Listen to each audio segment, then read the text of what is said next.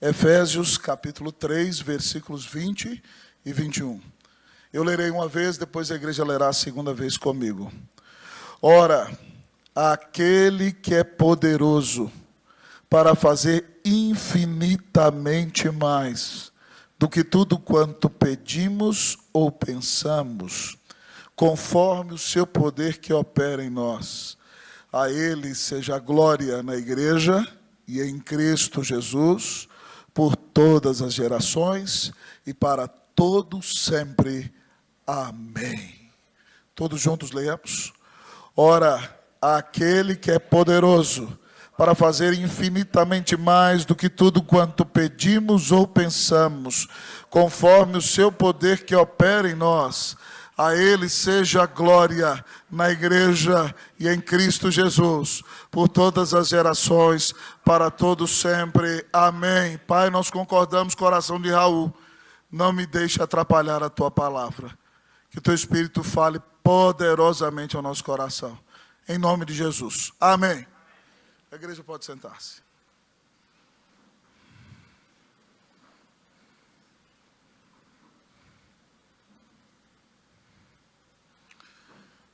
Povo amado do Senhor Jesus, nesse capítulo, nos versículos que antecedem aos nossos, Paulo faz uma das mais belas orações da Bíblia.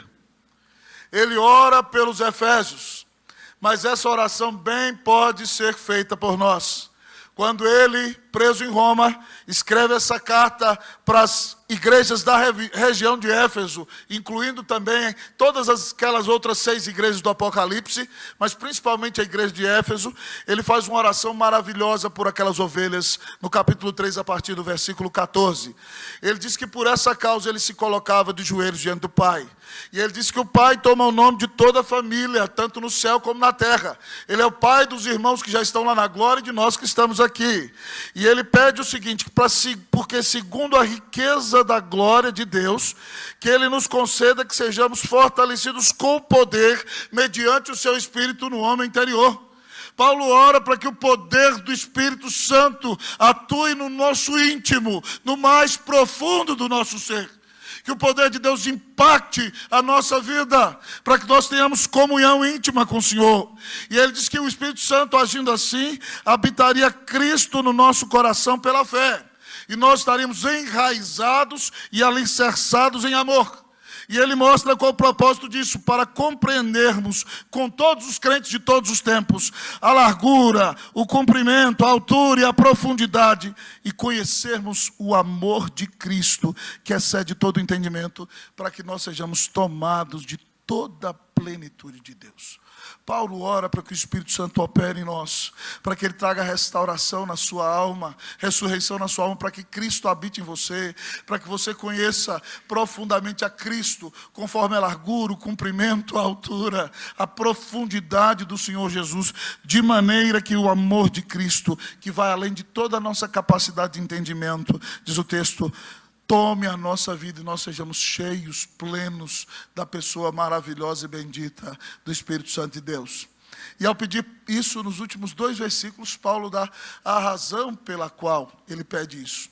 Ele diz, ora, aquele que é poderoso para fazer infinitamente mais do que tudo quanto pedimos ou pensamos, conforme o seu poder que opera em nós. A ele seja a glória na igreja, em Cristo Jesus, por todas as gerações e para todos sempre. Amém. Ele diz que pode orar para que o poder de Cristo opere em nosso coração, para que nós aumentemos em conhecimento do Senhor e para que nós sejamos vazios de nós e mais cheios do Espírito Santo, por causa de um atributo de Deus que é o poder de Deus. E hoje o texto nessa noite quer apresentar para mim e para você o poder de Deus. E a minha oração é que você aprenda que não há ninguém tão poderoso como o Senhor. E porque Deus é poderoso, Ele pode atuar na sua vida. E para a honra e para a glória do nome dEle, Ele irá fazê-lo. Para que Cristo seja exaltado. Para que você seja mais vazio de você. Para que você conheça a plenitude de Deus. E para que você tenha um relacionamento vivo e pessoal com Cristo Jesus. Nessa noite o texto nos apresenta o poder de Deus. E ao olharmos para a palavra do Senhor, ela nos diz inicialmente que o poder de Deus é infinito. O poder de Deus é infinito. Diz o início do versículo 20. Ora, aquele que é poderoso para fazer infinitamente mais do que tudo quanto pedimos ou pensamos. Paulo diz que Deus é poderoso. E o poder dele é ilimitado. Ele pode fazer muito, muito, muito mais além. Infinitamente mais do que você pede. Louvado seja Deus. Mas não só infinitamente mais do que você pediu. Ele pode fazer infinitamente mais do que qualquer pensamento que você possa ter. Querido amigo e irmão, um dos atributos ilimitados de Deus, incomunicáveis, é a sua infinitude. O seu poder é infinito, porque Ele é Deus, Espírito eterno, infinito, imutável. Deus não tem fim. Deus não foi criado por mãos humanas. Ele não se circunscreve a uma geografia. É por isso, amados irmãos, que nós acreditamos que a infinitude de Deus, no que diz respeito ao tempo, é a eternidade. Porque Deus não se limita por tempo, Ele sempre existiu. Mas no que diz respeito ao espaço, verdadeiramente o infinito absoluto é Deus, porque Ele não tem limites. Ele é o Criador do universo. E por causa dessa característica que é unicamente sua, Ele é poderoso para fazer infinitamente mais do que tudo quanto pedimos ou pensamos. Jesus aplica isso de maneira tão bendita a nós em João 14, 13, quando Ele diz que tudo quanto pedirdes em meu nome, isso eu farei, a fim de que o Pai seja glorificado do Filho. É por isso que você não precisa ter medo de orar. Porque se você ora para que o Pai seja glorificado no Filho, você pode pedir o que quiser. Há uma frase de Santo Agostinho, que eu gosto muito, ele diz assim: ame a Deus sobre todas as coisas, ame ao próximo como a si mesmo, e faça o que você quiser. Ame a Deus sobre todas as coisas, ame ao próximo como a você mesmo, e faça o que você quiser. Parafraseando Santo Agostinho, no que diz respeito à oração, olhando para esse texto, o que você pode fazer é o seguinte, meu querido amigo e irmão: busque a glória de Deus sobre todas as coisas em Cristo Jesus e peça o que você quiser. Busque a glória de Deus sobre todas as coisas em Cristo Jesus e peça o que você quiser. E tudo quanto pedirdes ao Pai em meu nome, isso farei, a fim de que o Pai seja glorificado no Filho. Se você ora para a glória de Deus, buscando a exaltação no nome de Jesus, a resposta já está dada, é sim! Louvado seja o Senhor. Mas Ele também, quando fala da nossa eleição, em João 15, 16, Ele diz assim: não fostes vós que escolhestes a mim, mas eu vos escolhi a vós outros, e vos designei para que vades e deis fruto, a fim de que o vosso fruto permaneça, a fim de que tudo quanto pedirdes ao Pai em meu nome, Ele vos conceda. Jesus disse que nos escolheu antes da fundação do mundo para nós darmos fruto, e fruto que permanece. E quando nós oramos na obra de Deus, buscando dar fruto, Ele diz para nós que a fim de que nós pedimos que o peçamos ao Pai em nome de Jesus, o Pai vai nos conceder. Deus é infinitamente poderoso para responder qualquer oração que você quiser. Eu gosto muito, irmão, da vida do príncipe dos pregadores, o reverendo Charles Spurgeon. Ele era um pregador batista calvinista que foi pastorear, saiu do interior da Inglaterra e foi pastorear na cidade de Londres, na região norte da cidade, na Igreja Batista da rua Novo Park, New Park Street. E ali Deus abençoou tanto o seu ministério, a sua igreja cresceu tanto, que ela veio a ser a maior igreja evangélica do mundo. Spurgeon era neto de pastores congregacionais calvinistas e filho de um pastor congregacional calvinista. Spurgeon, antes mesmo de ser convertido nos seus 15 anos de idade, ele já tinha estudado os puritanos em casa. Ele aprendeu com 11 anos, ele já sabia grego e hebraico. Então ele já estava preparado teologicamente dentro de casa, antes mesmo da sua conversão. E quando ele se converteu, ele entendeu que deveria não ser nem um congregacional, nem um presbiteriano, como era a tradição da sua família. Ele logo se lançou a pregar o evangelho e se tornou um pregador batista. E a mãe dele falava assim: ô meu filho, eu orei tanto pela sua conversão, mas eu não queria que você fosse um batista, meu filho. Aí ele virou: ô mamãe, aquele que é poderoso para fazer infinitamente mais do que tudo quanto pedimos ou pensamos. Deus fez melhor do que a senhora queria. Me fez um crente, fez de mim um batista, aleluia! Spurgeon tinha muito sentido de humor. Mas o que ele está dizendo é certo. Deus responde infinitamente melhor do que nós pedimos e do que nós pensamos. Às vezes você chega para orar, você não está sabendo muito bem o que pedir, e aí você vai clamando ali, vai gemendo, o Espírito Santo geme dentro de você, com gemidos inexprimíveis, e ele já vai corrigindo o que você vai pedindo. Aí depois que passa por ele, chega lá em Jesus, que está à destra de Deus Pai, intercedendo por nós, e aí o pedido chega lá depuradinho, e a resposta vem muito melhor do que o que você estava pedindo. Louvado seja Deus por isso! O poder de Deus é infinito, irmãos. É por isso que nós não podemos limitar o que Deus pode fazer. É por isso que nós não podemos dizer: isso aí não dá, isso aí é impossível. Irmãos, eu gosto muito, em todo lugar onde eu passei, quando nós lançamos alguns desafios, alguma pessoa fala: isso aí não dá, pastor, isso é impossível. Quando eu ouço isso, eu gosto, sabe por quê? Porque eu sei que aí Deus vai ser glorificado. Porque quando vai além da nossa capacidade, se a bênção se manifestar, ficará claro diante dos olhos de todos que foi Deus quem atuou. A palavra de Deus diz que os impossíveis dos homens são possíveis para Deus. Então, se Deus está colocando um grande desafio diante de você, ainda que ele pareça impossível, não tenha medo. O poder de Deus é infinito. Que esse poder infinito atue em sua vida. Que Deus responda às suas orações. Em nome de Jesus. Amém.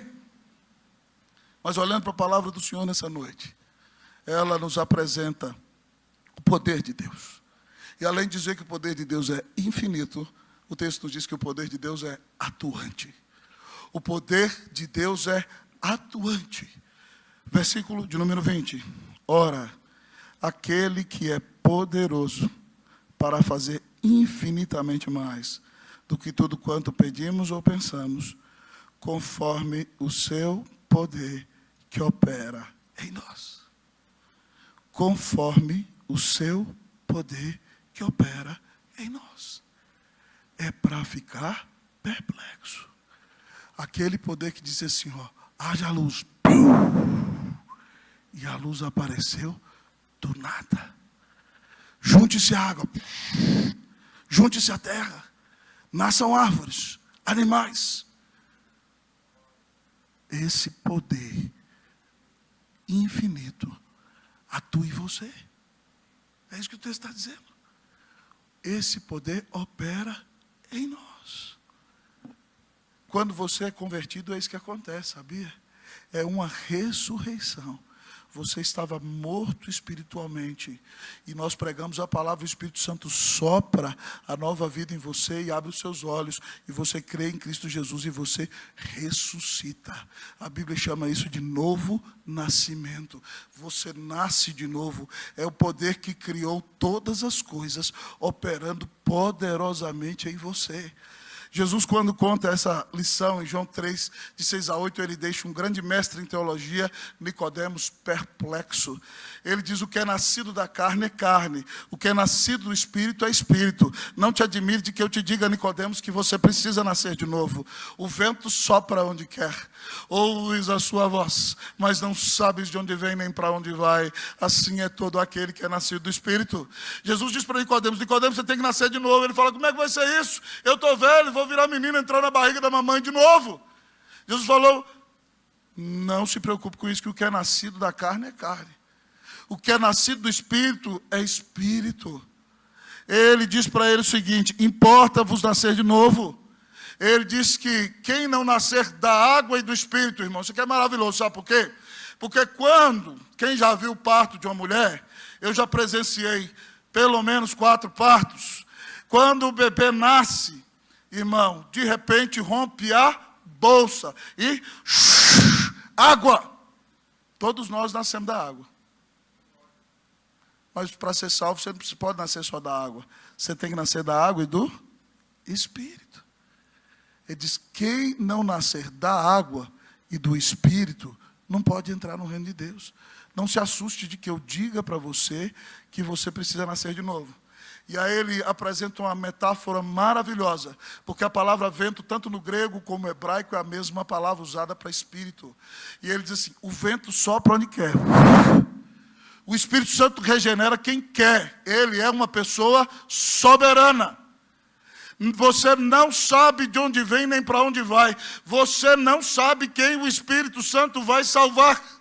Então você tem que confessar a sua ignorância espiritual. E por isso você tem que pregar para todo mundo, porque você não sabe quem Deus escolheu salvar. O vento é soberano, o vento sopra onde quer. Você não sabe de onde vem nem para onde vai, ele é misterioso.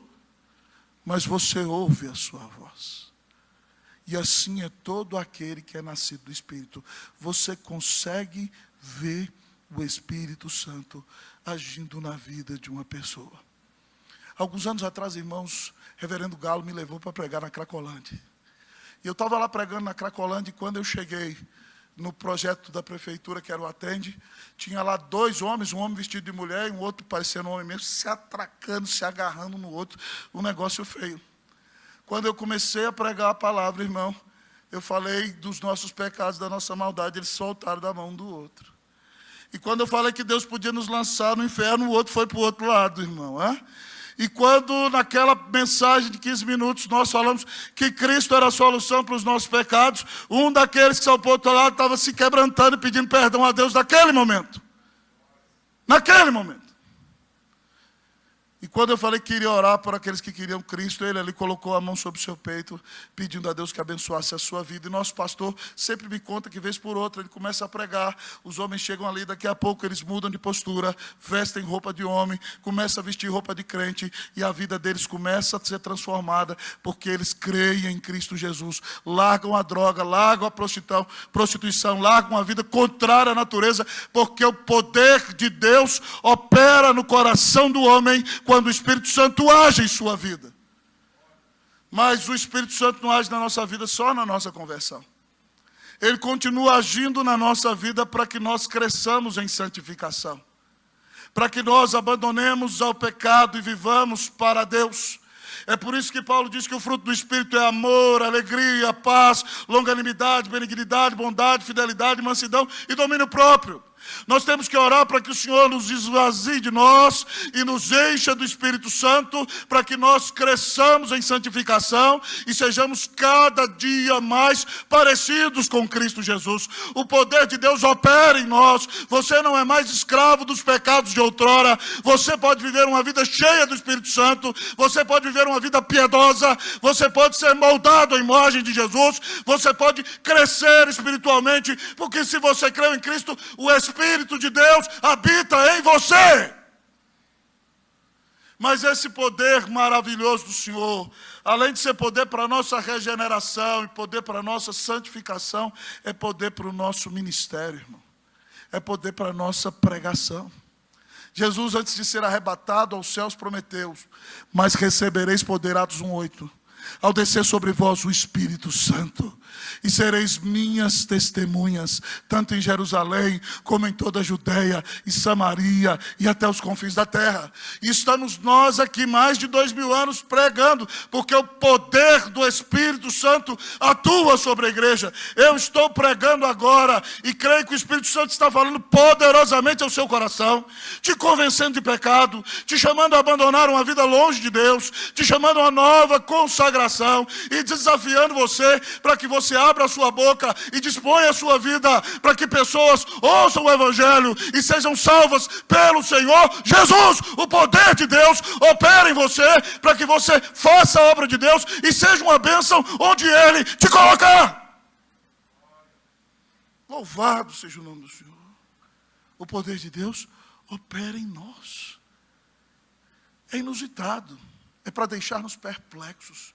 O poder de quem criou todas as coisas atua poderosamente dentro do nosso peito, para a conversão, para a santificação e para a missão. É por isso que naquele dia, quando o evangelista Moody estava lá no Hyde Park, ouvindo o pastor Henry Varley pregar e dizer: o mundo está para ver o que Deus pode fazer em, com e através de um homem entregue em suas mãos, Moody disse: Senhor, eu sou esse homem. Não importava que ele fosse da roça, não importava que ele fosse iletrado, não importava que mesmo tendo a idade de Spurgeon, ele não tinha 10% da teologia de Spurgeon. E quando o pregador disse: o mundo está para ver o que Deus pode fazer através de um homem entregue em suas mãos, ele diz: Deus, eu estou aqui, eu sou esse homem, me usa. E Deus usou Moody para ganhar milhares de almas para Cristo Jesus. Hoje o Senhor manda dizer aqui: não, linda, São Paulo está para ver o que Deus pode fazer em, com e através de homens e mulheres entregues em sua mão. Nosso estado está para ver o que Deus pode fazer através de homens e mulheres totalmente entregues em sua mão. O Brasil e o mundo estão para ver o que Deus pode fazer através de homens e mulheres totalmente entregues em sua mão. Qual vai ser a sua resposta? Diga para o Senhor: Senhor, eu sou esse homem. Amém, meu irmão? Amém, minha irmã? Quer ser usada por Deus? Diga: Senhor, eu sou essa mulher. Fala aí, vamos lá. Senhor, eu sou essa mulher. Fala aí. Usa-me, Senhor. Que Deus use a sua vida. Que o poder de Deus opere em você. Que você veja o Espírito Santo trazendo convicção de pecado sobre a sua vida, dando a você o privilégio de crescer em santificação, e te dando a sua unção para que você seja usado de maneira graciosa e muitas vidas sejam impactadas através da obra do Espírito em você. O poder de Deus é atuante, Ele atua em nós. Que Deus transforme poderosamente a sua vida nessa noite, em nome de Jesus, amém. Quer experimentar o poder na sua vida, meu irmão? Quer experimentar o poder de Deus na sua vida? Calvinista também fala amém. Vou perguntar, você vai responder. Igreja Unida, você quer experimentar o poder de Deus em sua vida? Que o poder de Deus atue em sua vida, em nome de Jesus. Amém. Mas o texto nos diz, em último lugar, nessa noite, falando-nos sobre o poder de Deus, que o poder de Deus, além de ser infinito, e além de ser atuante, é um poder doxológico. O poder de Deus, além de ser infinito e além de ser atuante, o poder de Deus é doxológico. O texto vai mostrar porque Deus manifesta o seu poder infinito na vida de cada um de nós e na nossa vida como igreja. Versículo 21 diz assim: a Ele seja a glória na igreja e em Cristo Jesus, e por todas as gerações, para todos sempre. Amém. Qual é o fim principal do homem, irmãos? Presbiterianos. Se não souber, todo mundo enrolado, de volta na classe de catecúmenos. Qual é o fim principal do homem? Amém. Então o licenciado tem que responder. Vocês estão com dificuldade, hein, gente? O negócio está feio. Ajuda dos universitários. Qual é o fim principal de Deus? Glorificar-se a si mesmo. E exaltar-se e regozijar-se em sua glória para sempre. Tudo que Deus faz, o faz para a sua própria glória. E Ele tem que fazer assim, sabe por quê, meu irmão? Porque se Deus não fosse a prioridade de Deus, Deus seria um Deus idólatra. Mas se Ele sabe que Ele é o ser mais maravilhoso, o ser mais glorioso, o ser mais adorável, o ser mais infinito que existe, então o propósito dele tem que ser glorificar-se a si mesmo para sempre. Então Ele escolhe você antes da fundação do mundo para a glória dele. Ele manda Cristo Jesus morrer por você para a glória dele. Ele, meu querido amigo e irmão, manda o Espírito soprar na sua vida e ressuscitar você na alma para a glória dele. Ele faz você crescer em santificação e te dá vitória contra o pecado para a glória dele. Ele te usa no testemunho para ganhar almas, para fazer discípulos, para ser uma bênção nas mãos de Cristo Jesus para a glória dele. Isso é segurança para nós, irmãos. Porque nós sabemos que Deus, tudo que faz é perfeito e é para a glória dele. Então, quando Ele nos salva, quando Ele nos convence de pecado, da justiça e do juízo, quando Ele nos dá a sua unção e a sua graça, Ele o faz para glorificá-lo, porque Ele nos amou e mandou Cristo para morrer na cruz do Calvário e pagar os nossos pecados. O poder de Deus opera em nós para que Ele seja exaltado, glorificado e exaltado sobre tudo e sobre todos. Deus não divide a glória dele com ninguém. Diz o texto que a ele seja a glória. Onde, pastor? Na igreja. Tudo que nós fazemos na igreja tem que ser para a glória de Deus. Não é para o nosso aplauso. Não é para que nós sejamos reconhecidos. Se nós fizermos para nós, não valeu de nada. De manhã no sermão eu expliquei à igreja que nós devemos nos arrepender das nossas más obras e das nossas boas obras, que não são feitas para a glória de Deus, porque elas não são boas obras diante de Deus. Porque boas obras para Deus são aquelas que são feitas para a glória dele. Então a glória de Cristo tem que estar na igreja. Mas onde nós vamos ver mais a glória de Deus? Em Cristo Jesus. Quando nós pregamos o Evangelho, o nome do Senhor é exaltado, Deus é glorificado. Quando essa glória tem que se manifestar? Pastor, por todas as gerações.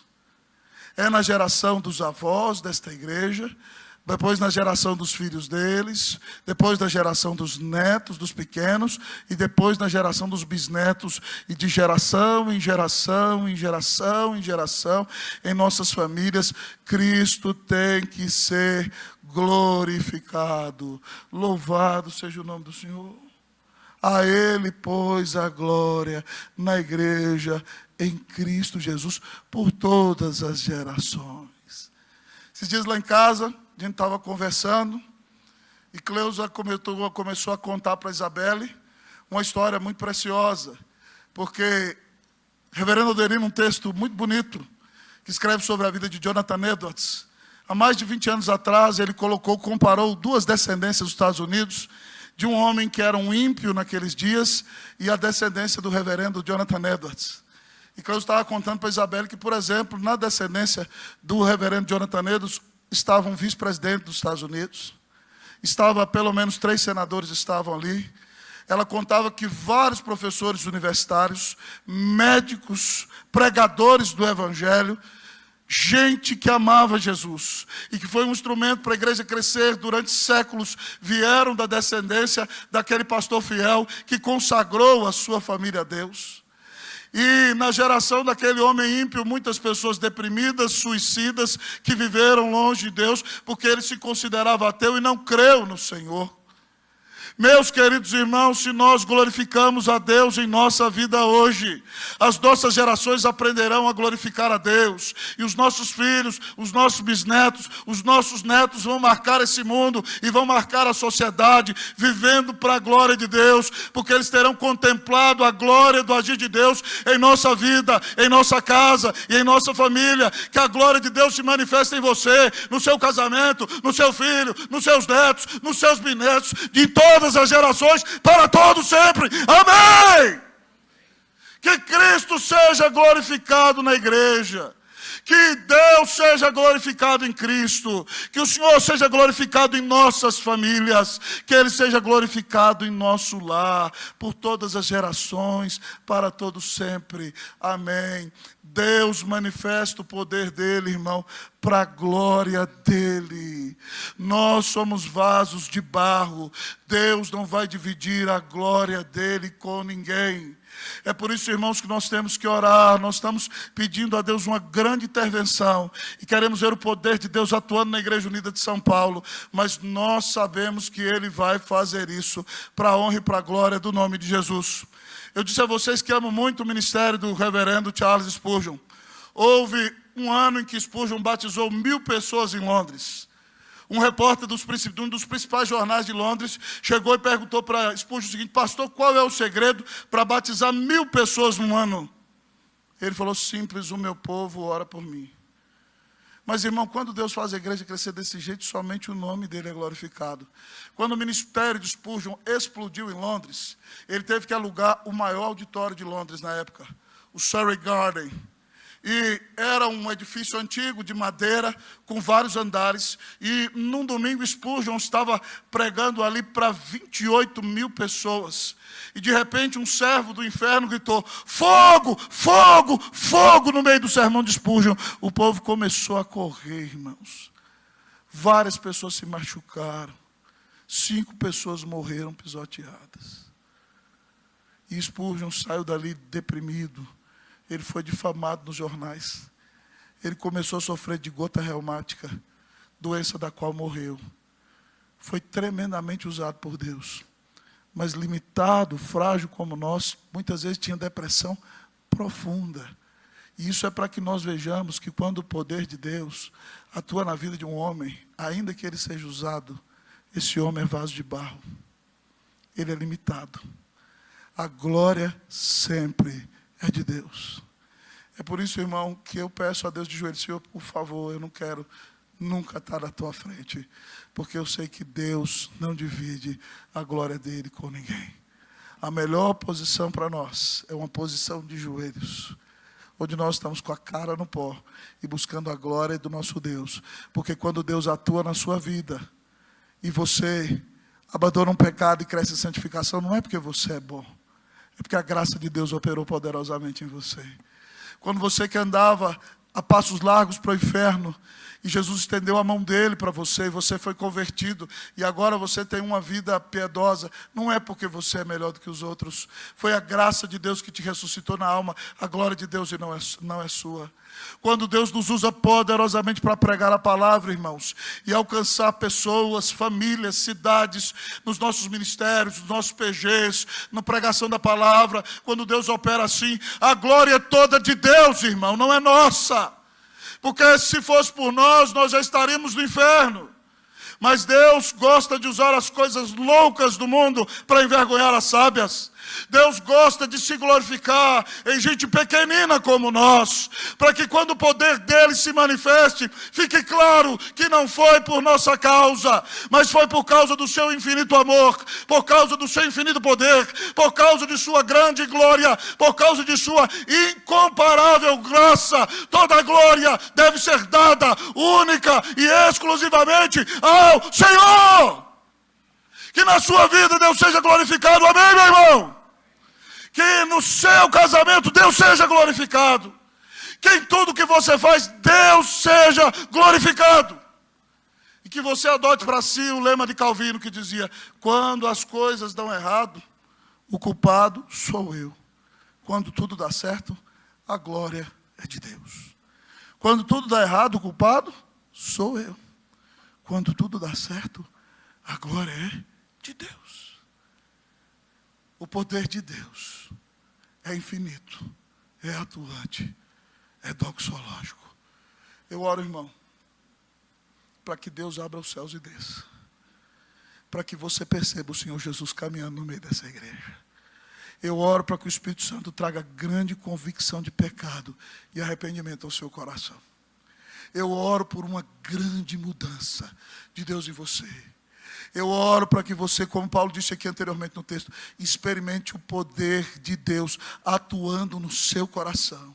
Eu oro para que você conheça a largura, o comprimento, a altura e a profundidade.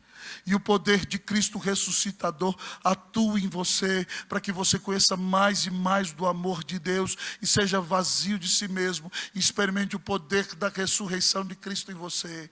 Eu oro para que você seja usado de maneira exponencial e graciosa e de repente você perceba Deus trazendo pessoas para você aconselhar, para você ensinar, para você discipular, para você orar por elas, e de repente Deus vai te usando para abençoar a sua família e outras famílias, e de repente Deus vai usando vários de nós para abençoar a igreja, e nós vamos multiplicando os nossos PGs, e nós vamos sendo instrumento para alcançar vidas, e de repente, irmãos, a igreja está entrando nessa cidade, transformando vidas que pareciam intransformáveis, mudando vidas que caminhavam nas trevas, e trazendo para o reino do Filho do amor de Deus. Ah, querido amigo e irmão, o Evangelho pode resgatar vidas. Se você vivia na droga, o Senhor tem todo o poder para te libertar. Se você vivia na prostituição, o Senhor tem todo o poder para te libertar. Se você vivia numa vida de pecado, de homossexualismo, lesbianismo, o poder de Deus pode te libertar. Jesus pode operar poderosamente em você. Que Ele abra os céus, restaure a sua vida, te transforme, te dê salvação e faça de você